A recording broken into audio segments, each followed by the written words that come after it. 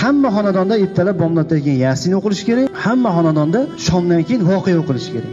Domla kelib o'qib bermas kerak. O'zingiz ayolingiz, o'zingiz qizingiz vaqtingiz bo'lsa o'zingiz o'qishingiz kerak.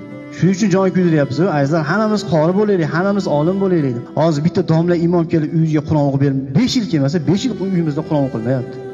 Bu hayotda ihson qildik, domla kelib yosinda o'qib Alloh hibat chiqib ketyapti. Shu bilan keyingi yilga ihson qilsangiz, azizlar 1 yildan keyin o'qilyapti Qur'on. Bu uyda qana baraka bo'ladi? 1 yilda bir o'qilgan uyda qana baraka bo'ladi? Ha, keyin bitta kelinlar urushadi, ikkita o'sin bir-biri bilan urushadi. Qayna bilan keyin baraka yo'q-da uyda. Qur'on o'qilmasa, namoz o'qilmasa, shayton bosib ketganda uyda.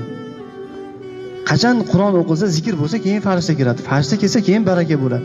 Farishta bor joyda keyin hamma bir-biri bilan ittifoq, chiroyli munosabatda bu chiroyli ketaveradi hayot. Nimaga uyimizdan haligi janjal chiqyapti? Nimaga haligi kelin bilan qayna chiqisholmay qolyapti? O'sha uyda farishta